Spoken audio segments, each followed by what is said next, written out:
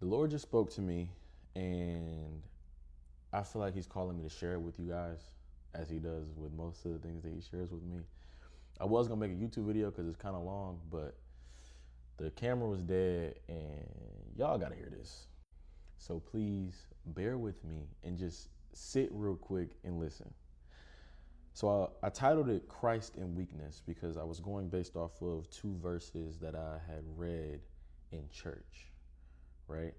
Um, and I started it off by saying that unbelievers normally, they all ask one question in many forms. If God is real, then why does He allow us to go through certain things? Why does He allow pain and suffering?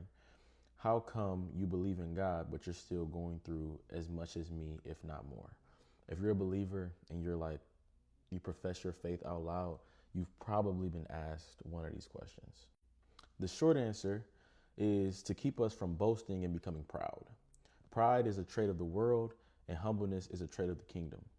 See, if we had no struggle, we would feel like we don't need God. We would also start to credit ourselves and ultimately exalt ourselves to be worshiped like gods. You can't say that isn't true because look at how we even got here, Adam and Eve. But then I started to meditate on the verse a little bit. I'll tell y'all the verse in a second. I started to meditate on the verse a little bit. And then I just started to write, just free form. And I said, God doesn't yearn to make us strong. He yearns to be our strength. Think about weightlifting. Once you get to a certain level of strength or you reach a certain goal, you feel like you don't need it anymore. The weightlifting is something temporary that you use to get something that you want. That is also temporary. God doesn't want to be your weight room. Him making you strong only brings you to Him when you're weak. Him being your strength makes Him the place you never leave. Not only the place you come to when you're weak or the place you come to get stronger, but also the place you rest in, the place you run to for safety, the place that provides it all for you, the place that gets the glory. See, when we get asked about our strength, our bodily strength, after being in the weight room, we say, oh yeah, I'll be in that gym. You know what I'm saying? But when it comes to God, the word says in John chapter 15, verse 15, yes, I am the vine and you are the branches. Those who remain in me and I in them will produce much fruit. For apart from me, you can do nothing. And in 1 John chapter 3, verse 24, it says, those who obey God's commandments remain in fellowship with Him and He with them. And we know He lives in us because the Spirit He gave us lives in us. Christ doesn't want to be someone or something you come to when you think you need it and leave. He wants to be the one thing you know you have always and the one thing you call on for everything.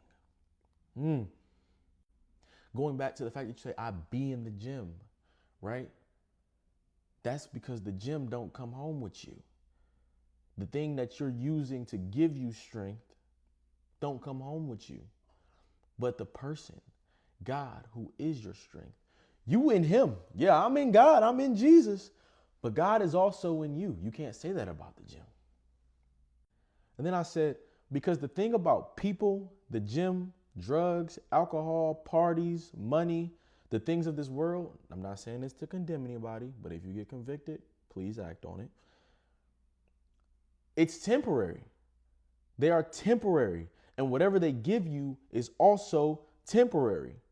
God and His kingdom are eternal. It says in 1 Corinthians chapter 2. Oh, no. It says in 1 Corinthians chapter 1. My bad. It says in 1 Corinthians chapter 1, verse 25, that all athletes are disciplined in their training.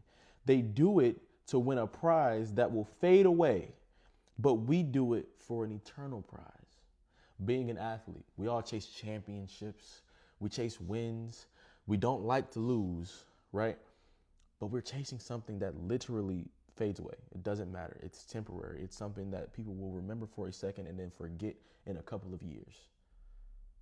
It's something that when you leave this earth and you go into heaven, you will not be bringing with you. You won't be bringing stats with you. You won't be bringing how many 3-pointers you made in the season.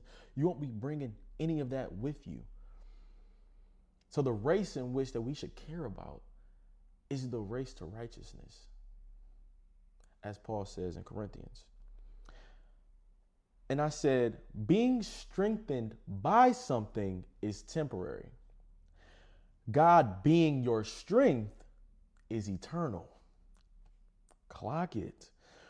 Instead of coming to him in weakness, abiding in him allows you to know he is already there, and you will know exactly who to call on. For it says in 2 Corinthians chapter 12, verse 9, God says to Paul, my grace is all you need. My power works best in weakness. It works best in weakness. If he didn't allow for weakness and struggles in our lives, we wouldn't have a reason to call on him, most of us. We would delight in our strength and boast as if we strengthened ourselves. I can tell you, when I was before Christ and I was a young boy, I got here by myself. I did it all by myself. Maybe gave my mama some credit, but I would act as if I did this alone. Like I got myself here when it wasn't me.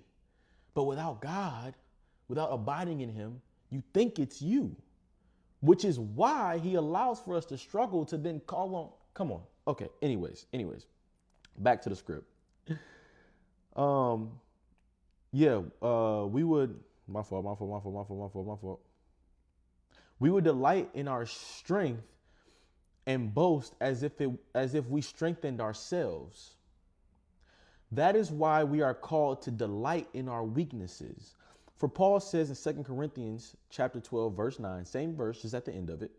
So now I am glad to boast about my weaknesses so that the power of Christ can work through me. Our weaknesses are evidence. Our weaknesses are our testimony. Because though I may have went through a painful season, look at what God did. You can be in the midst of the season and still say, but look what God is doing.